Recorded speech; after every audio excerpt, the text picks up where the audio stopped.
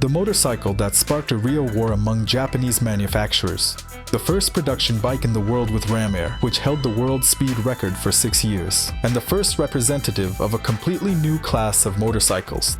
The Kawasaki ZZR 1100, or ZX11, is the first true hyperbike.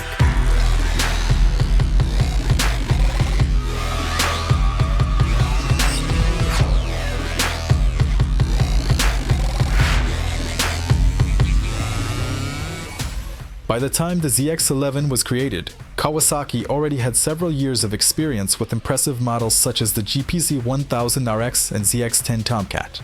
Both were an evolution of the 1984 GPZ-900 and utilized many lessons learned from that machine to create an almost perfect high-capacity sport motorcycle.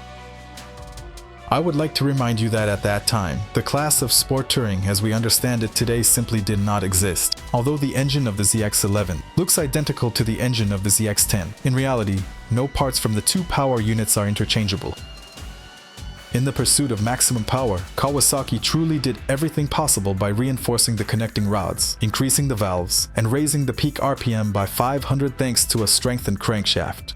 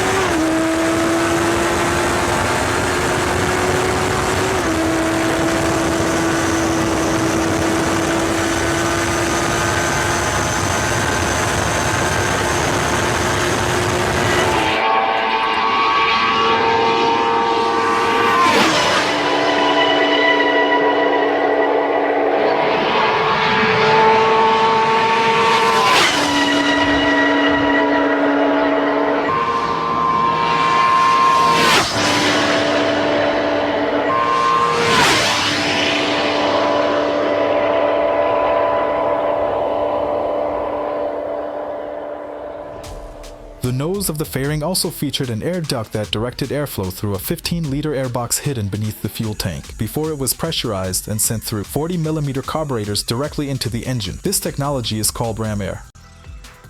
You can learn more about it in our special edition dedicated entirely to it.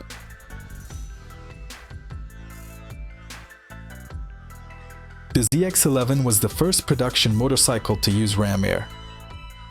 Another innovation of the ZZR was the compact camshaft drive, which allowed the valves to be positioned at a steeper angle. It is 27% lighter than previous Kawasaki systems.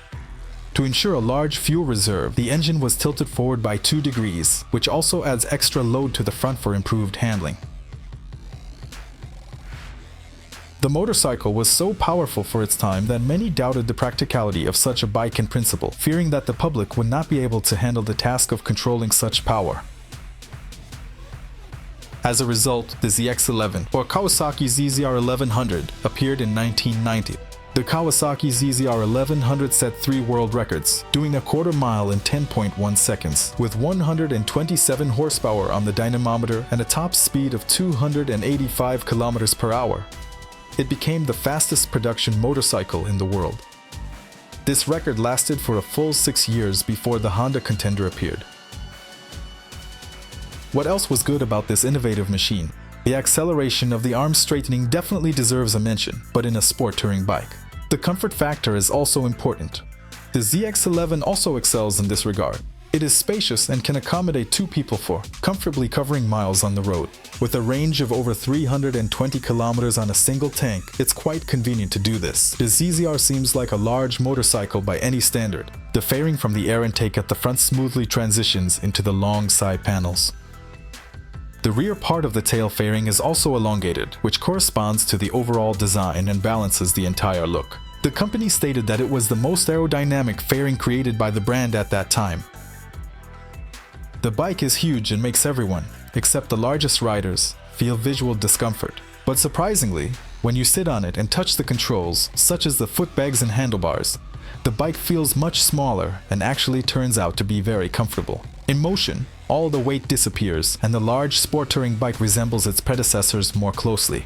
For such a large and long machine, the handling was simply magnificent. It seemed as if it didn't care at all about its size and considerable dry weight of 228 kilograms. It's hard to say how he does it, but one thing is clear: all the predecessor motorcycles are also magnificent. The GP Z1000 and ZX10 were excellent motorcycles, and this was reflected in the ZZR.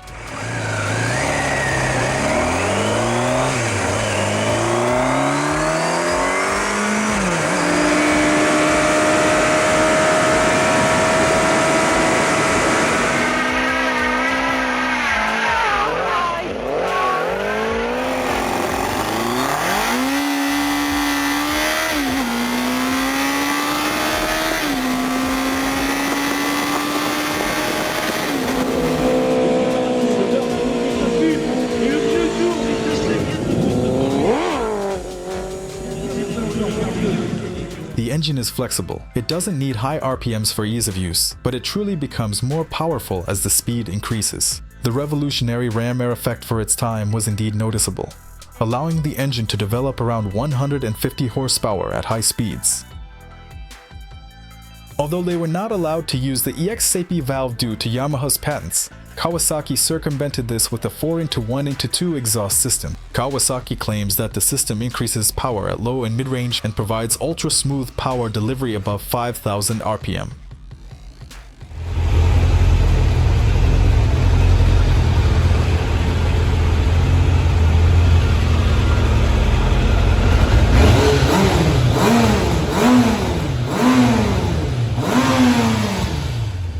The lack of any serious competition meant that the Kawasaki ZZR 1100 remained unchanged except for a few minor updates and color scheme changes over the next 6 years.